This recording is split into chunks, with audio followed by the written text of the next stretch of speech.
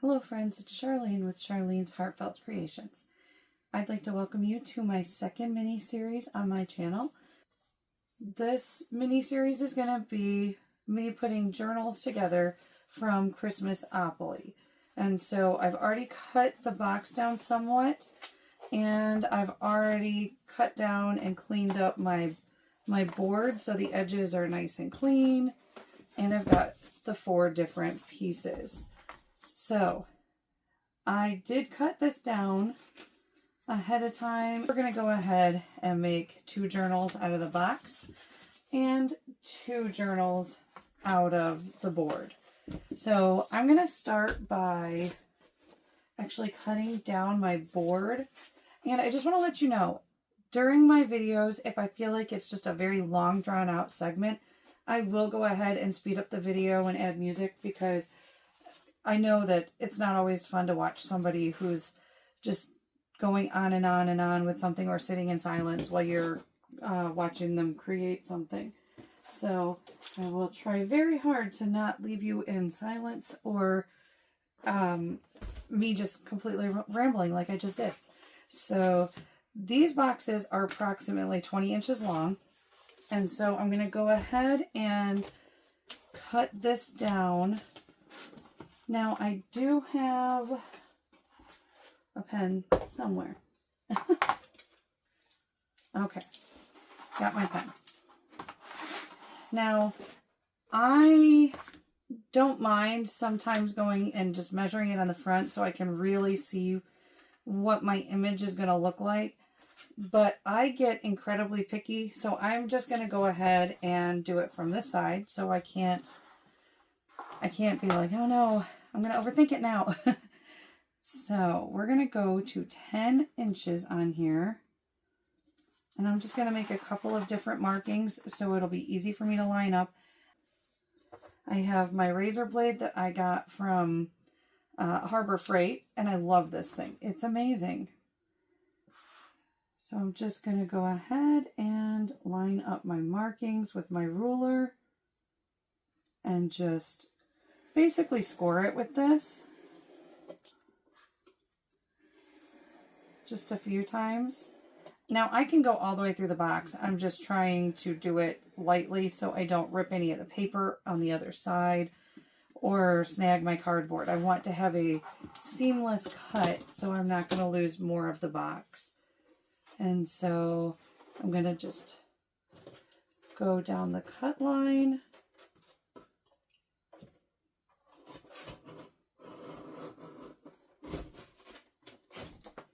All right, and so there's my 2 pieces, and then I'm going to cut down the back side of the box. I'm going to go ahead and mark this box at 10 inches as well.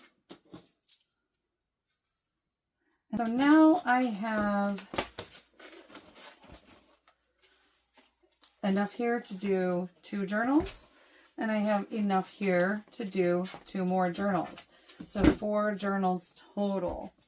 So I'm going to start with the board, and I am sure I'm going to overthink this, because I definitely want my pieces to somewhat line up. I don't necessarily want them to fully line up, but I would like the board to line up on each one. So I thought this would be really cool. I love this. It's got a Scrooge here and Santa Claus. I really like just the board aspect. It doesn't even have to be like the graphic in the center, because this is so cute just like this. And so I'm going to go ahead and do that one. And then I'm torn on whether or not I should do it this way, or if I should just, Santa Claus will be upside down though if I do it this way. Or, and he's still upside down. So let's see. If I do it this way, see, I'm overthinking it. But if I do it this way, Santa will still be on the back cover. So I may go ahead and just do that one in that direction. All right, so I'm going to get started with these here. One of the things I like to do to keep my edges nice and crisp and looking uniform is I take electrical tape and I make a border around each page, or each cover, I should say. And so I'm going to go ahead and do that with these covers.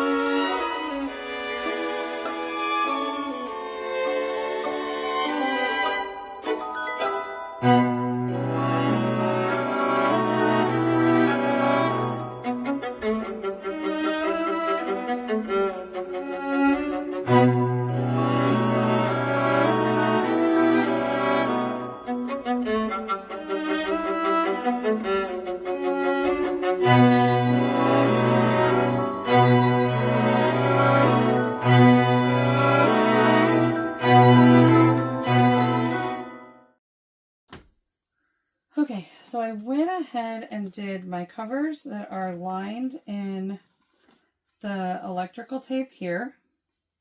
And so you can see how they will look once they get put together. They'll look just like that. And then this one here will, I love how it's got the ho ho ho, collect 200 as you pass go is the first little thing here you see. And it's got a Santa Claus and a Scrooge, holiday cheer, fruitcake, lump of coal. I think this is such a cute board. And then you have this on the back, naughty, just being nice, Christmas cookies, candy canes. I think this is so cute. This will make a really cute Christmas journal. And so I've got the two different ones, and now I have my box pieces that I'm going to go ahead and get started with. I haven't made one of these in a little while, so I did forget your bottom box is smaller than your top box. And so if you cut it down the way that I cut it this time, you're going to have a little bit of an overhang. I'll take off a little over here because we're going to go ahead and cover this with fabric. So I don't really want to take off any more of the Santa, and he's nice and centered right there. So I'm going to go ahead and clamp these together so I can easily cut the edges.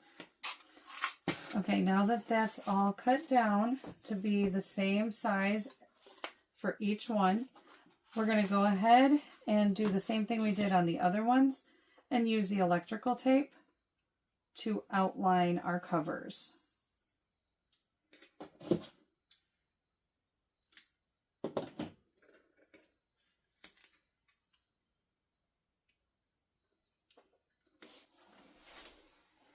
Okay, so on the box pieces from the box of the board game, I decided that I wanted to line them so the cover doesn't have a cardboard cover to it.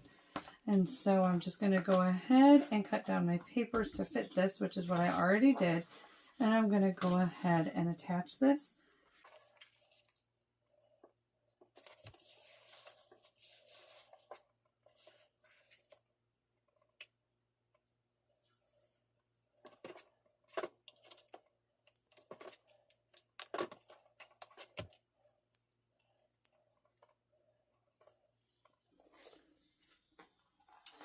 Okay, so if you choose to go the route of using electrical tape like I like to do, you need to be aware of a couple of things.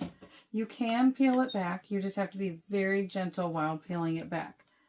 Also, when you go to lay it down, don't push it down all the way so you can kind of see where it's lining up. See if you like that line, because it's easy to remove if you don't like that line. Okay, mine's a little crooked. You just have to be gentle, because see, it will tear it apart if you're not. But also you have to be careful that you don't stretch the electrical tape, because if you stretch the electrical tape, then you end up with a really odd look to it. Like it'll look wavy in some spots, if that makes sense. And so I'm going to go ahead and put it right here. And then you want to smooth it out as much as you possibly can. This has helped to also strengthen my board that is now the cover. It's helped kind of flatten it in some areas where it seemed bowed. It also covers up messed up edges. So I know I had, on one of the pieces of the box, I know I had some edge that was like really just kind of crinkled up and everything. And you can either cut those off, or you can do what I did and line it with paper and then line it on the edges with the tape. This one is still somewhat bowed, but as I go, I can make this more flat so we don't have to worry about it being bowed. But here is one of the covers for the from the box. I really like how it turned out. What I also like is all the detail you have. Like, it was made in Cincinnati, Ohio, made in the USA. I just think it's fun to have the pieces of the box. And then here is the second one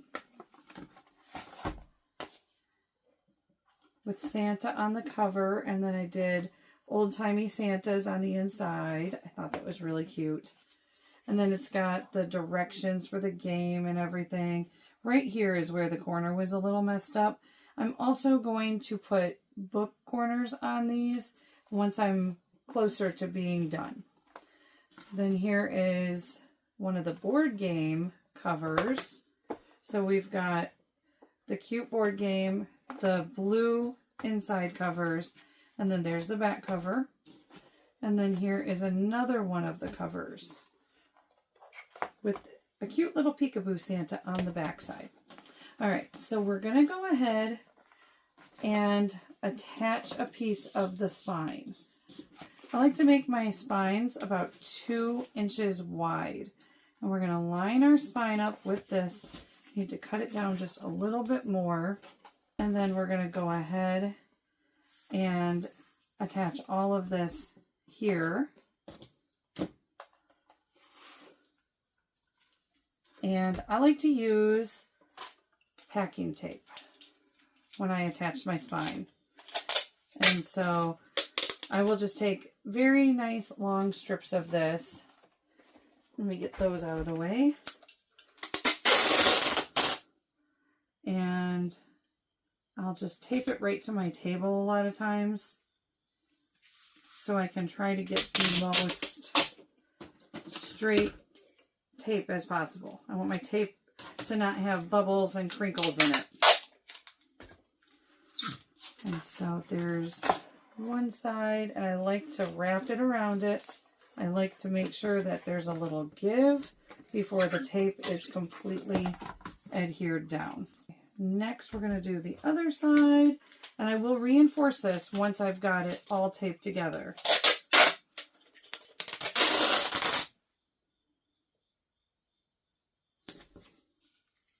Okay.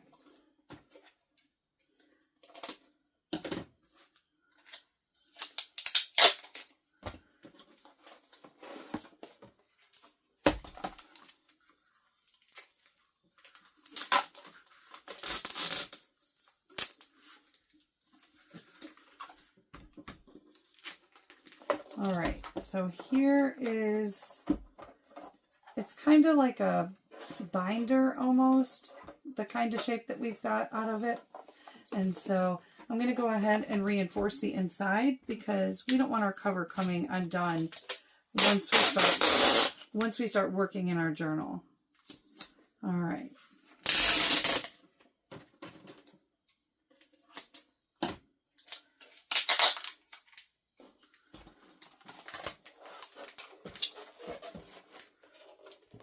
And I think I just got that kind of all wonky on that side.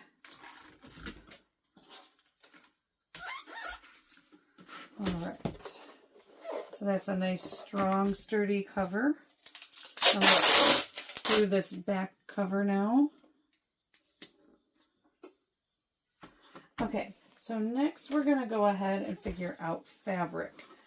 I've got a couple of different fabrics. This is from an old pair of pajamas I bought at a thrift store. I made my daughter a doll dress out of this.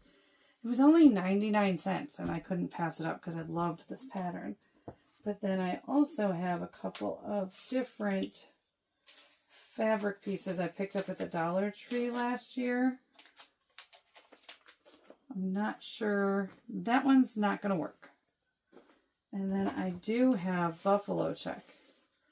But these ones I picked up because I really liked them. And you know how things go at the Dollar Tree. Sometimes they get it back in. Sometimes you never see it again. And so I've actually come to the point where I prefer purchasing my fabric from Hobby Lobby. But there's the buffalo check and then there's the stars that I have. And so I'm not sure which one. I almost like the stars better because of the color. It's a little faded like the cover. And this one just seems like it's so bright. So I think for this first one, I'm going to go with the star pattern. So I'm just going to go ahead and figure out where I would like this to go on here. I rather prefer a straight edge on this. So, all right, I'm going to do some cutting and then I will be right back. Okay, now I'm back with the cut piece of fabric for my book. And when I get to this point, I'm going to use a lot of this kind of adhesive. If you can get the adhesive that's clear, not just the double-sided tape, but the one that's actually clear. I know Stampin' Up! Sells it, and I'm not sure what other retailers. That is the best. It's like super stronghold. Now, on here, I'm just going to go ahead and put tons and tons of this adhesive on here. I can't believe how much adhesive actually goes into making a journal. There's a lot of glue and tape, but the end result is so much fun. And it's unique. Every junk journal, it doesn't matter if I make 4 junk journals out of the same board game. Nothing about it is going to be the same. I might have the same supplies in it. I might have some of the same papers, but they're going to be different. So that is something that's incredibly fun about junk journaling. You end up with something that's one of a kind. All right, and I will go ahead and put a couple of pieces down at the bottom. I don't want my fabric to start losing grip anywhere and pulling in spaces. So I kind of try to overdo the adhesive as much as possible. Now I've gone through and experimented with different ways to do my spine.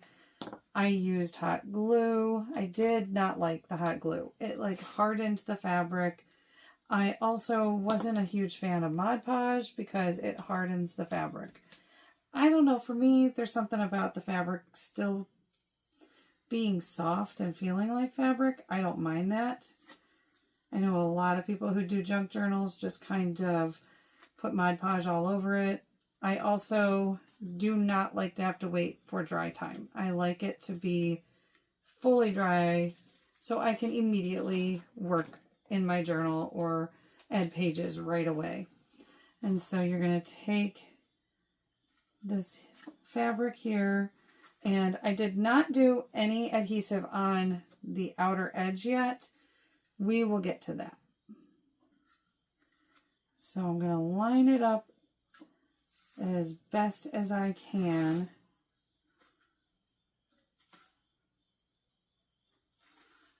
Oh. Okay, and I want to make it nice and tight. Nice and smooth, nice and tight. Okay. And then This is a part where you can, it's totally preference. If you want to fold your edge under, you can fold your edge under so you have a cleaner look. Or you can take a ribbon or something and put it along the edge. I am going to just go ahead and pull this back and add more tape.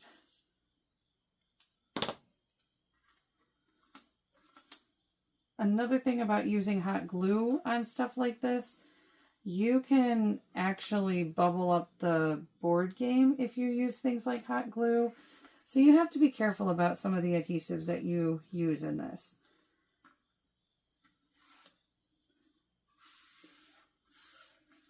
All right.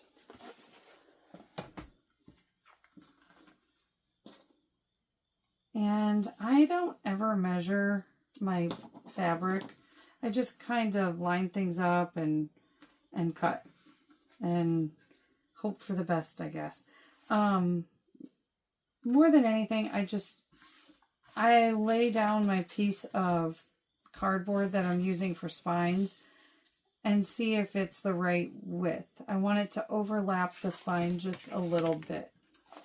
All right, now we're going to do the inside the same exact way that we did the outside. I'm curious to know, have any of you ever really looked in the clothing section at your thrift stores for practice fabrics and things like that? I know fabric can be expensive, and I know you can get really good deals on it in places. Or you can even find it. I found fabric at the thrift store super cheap. But have you ever gone through at the thrift store and looked in the clothing to find different patterns that you might like or different things you can sew with? I know for a little while I was crocheting little pouches for my kids, like crayon pouches. And I would look in the clothing section for clothing I could use as a fabric and also zippers. I wanted to buy cheap zippers. Last time I was at my thrift store, they had a huge bin of zippers for sale. I think somebody donated like their entire crafting supply, but I didn't need zippers right now, and so I figured I'd leave them. I will probably be mad at myself later on and wish I had bought them. All right, and so right here, we're going to go ahead and sometimes I will add a little bit of fabric glue to hold this a little bit better, because sometimes this does not hold as nicely on there. But it should not matter once you start sewing your pages in. Your fabric's going to stay pretty snug. At least I know mine does. So...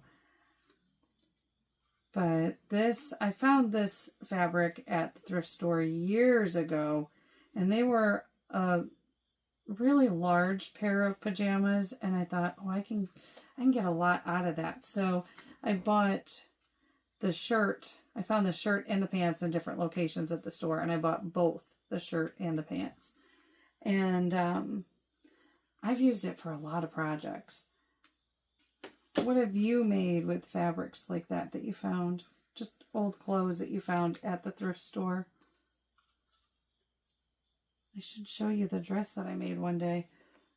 It was my first real sewing project, and so I didn't want to spend a lot of money on fabric, but I wanted something cute just in case it turned out. Because you never know. Sometimes, things that you make as a trial end up being pretty decent, and you're like, oh man, I should have actually tried instead of just practicing.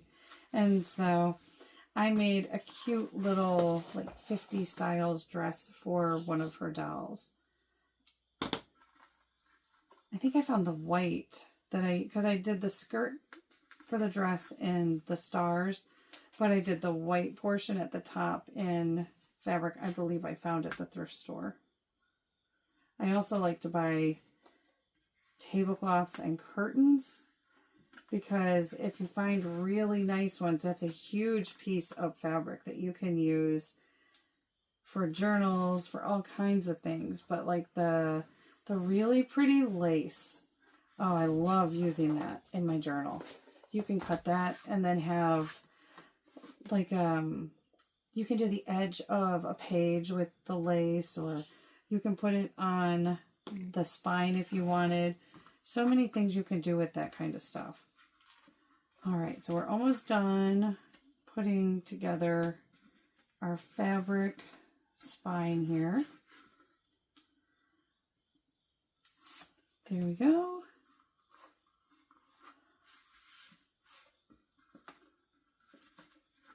All right. And so that is how it looks with that covered. Now I like to have a nice clean edge, and I had this close by. I just did a video with this. I think this is what I'm going to go with. I know it's kind of fancy, but I really like how this looks with this. So I'm going to go ahead and do this all the way around. And again, I only paid 49 cents for this at the thrift store. So it's like not a loss. I'm not going to be sad if I use it up. I'll be excited because I actually used something that I bought. I just don't want to use too much, you know. I want to have enough to do this project and maybe another one. All right.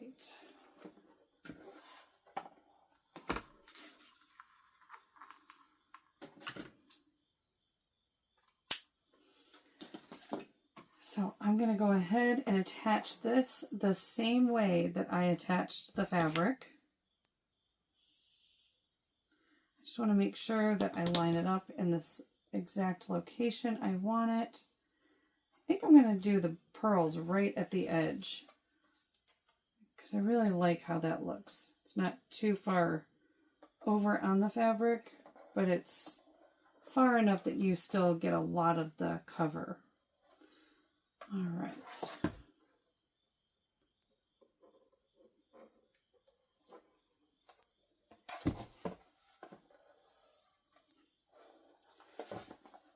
And I am going to try to line this up so I can get it right here at my seam. I guess it'd be better if I did it this way. I'm going to go ahead and use, it's not sticking to the mat, so I will go ahead and do this on here. And if I go over at all, I just wrap it right around onto the other adhesive. There's no sense in wasting it when it's going to be well used on here. All right, and I'm going to actually put a little more around the top. I definitely don't want my pearls and lace coming off. Now on this part,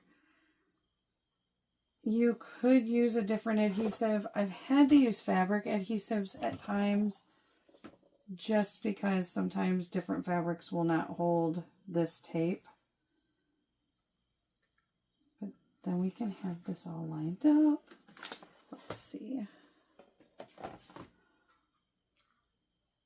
Oh, I really like how this looks with the stars. I think that's really cute. And then with the reindeer, I like this. One of my problems I have with my journals is when I make them, I don't always want to sell them. I want to keep all of them. And I just don't know that I'm ever going to journal in all of them. And it surprises me, my kids can fill a journal like nobody's business.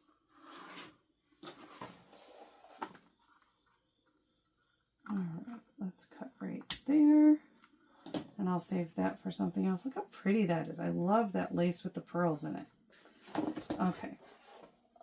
And look how good that looks. I love it. So let's do the other side now.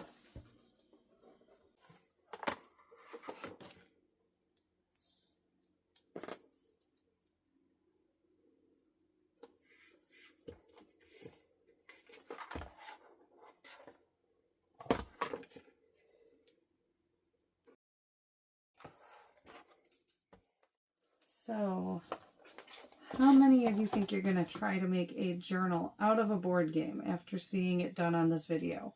Or have you made journals out of board games? I know it's not a new thing, that other people have definitely done it. What got me started on doing this kind of thing was my daughter had a Candyland game that she got as a gift, and she loved it. But sadly, her board broke, and it just seemed like she lost the pieces. She was really upset. And so we bought her a new one, and I didn't want to throw the old one away. I wanted to do something with it for her birthday. And so I took it and made a Candyland notebook. And I just filled it with a bunch of printer paper that she could draw on. And I used my my cinch and put a spiral binding on it, so when she was done using it, I could actually refill it again. And she loves it. She has it still, and I gave it to her years ago. But that really got me started on doing different things with board games. There's so many different things you can make out of a board game. And so I just really enjoy upcycling and crafting. And so board games, I did not realize I was going to love making things out of board games until I started doing it. There is the finished cover of our Monopoly journal. And so this is how it looks. This is how I build my book when I'm making journals. I'm going to go ahead and finish up the other journals, and I'll be back to show you what they look like. Okay, so here's the two journals. I really, really like how these turned out. I don't have enough of this fabric out here with me, and so I think I'm going to go ahead and wait to do these journals here until I can find fabric that I like, or the star fabric. This was just too bright of a red to use with that.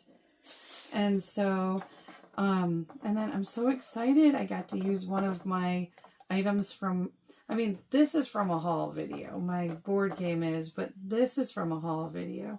So I'm really excited about it. And this is all I have left of that spool. So this will give me a chance to kind of regroup and figure out what fabric I'm going to use for the other ones and what trim I want to use on the other ones as well. Now, there's one more step to finishing your cover.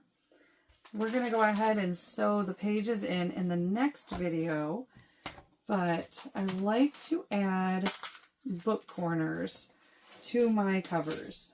Now let's see. I'm not sure if I'm going to want to go with like a more gold book cover, or if I'm going to want more of a, I don't like the rose gold. The antique color would probably look really good though.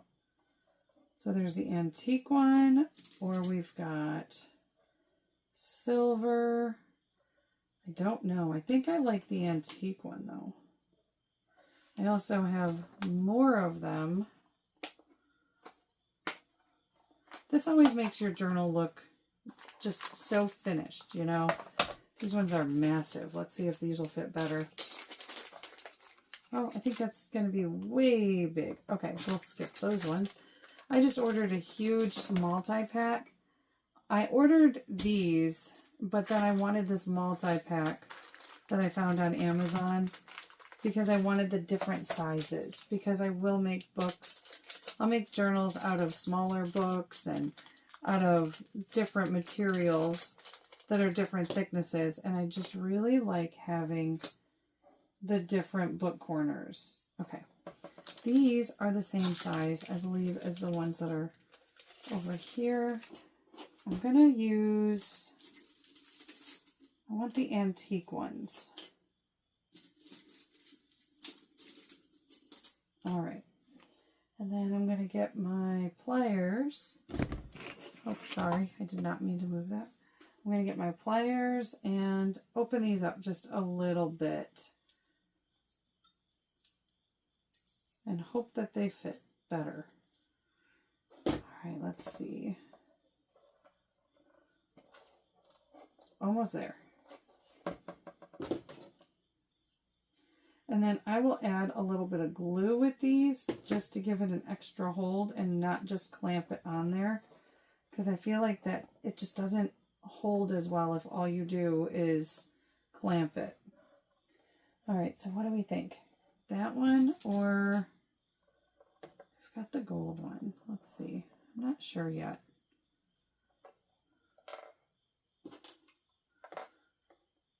No, I still like the antique one. That's my problem. I'm going to use all my antique ones because they're like the only ones that I actually like. Okay. I do like the other ones. I just feel like they're kind of bright. And I just really like the way these ones look. All right, so I'm just going to add a little bit of this Gorilla Glue onto the inside of this. And this is a really cool Gorilla Glue product. I'll show you it in just a second. All right, so that's on there now. And I'm going to go ahead and clamp it on really well because I want it to sit flush with the edge of the book if I can get it that way. And I don't want it to fall off.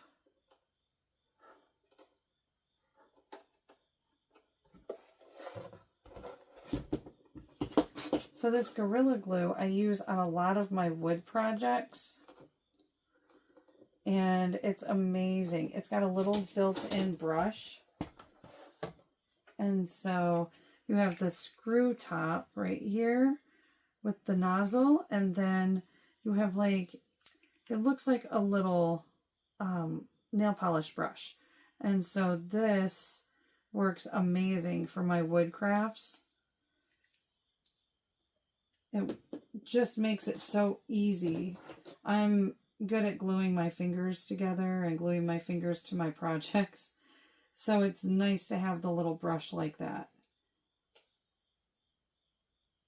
Definitely my favorite glue. It's available at places like Hobby Lobby, but you can also find it at Walmart.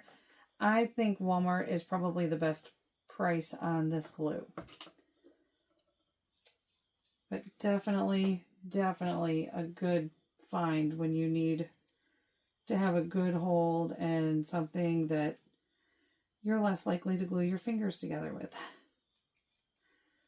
I'm pretty sure this would hold your fingers together if you got a little bit on there.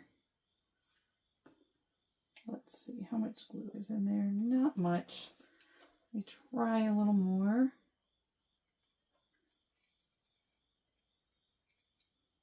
Oh, I've got it all over my finger. That's why I prefer the brush. I've had Christmases where we go to put up our Christmas tree and I'm fixing Christmas ornaments and I glue my finger to the Christmas ornament because my kids break a lot of our ornaments each year and it's one of my keepsakes. I love the Christmas ornaments. But yes, I have been known to glue an ornament or two to my fingers before. So, all right. So that's how our edges look and the cover. And I'll go ahead and put the other corners on. And in my next video, we'll go ahead and pick our pages and sew them in.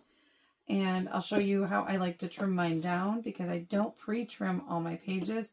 And I don't like to put a bunch of sideways pages in like some other people do. I usually try to put full pages in. So lots more info coming up in the next video. Thank you so much for joining me for this first installment of my mini series.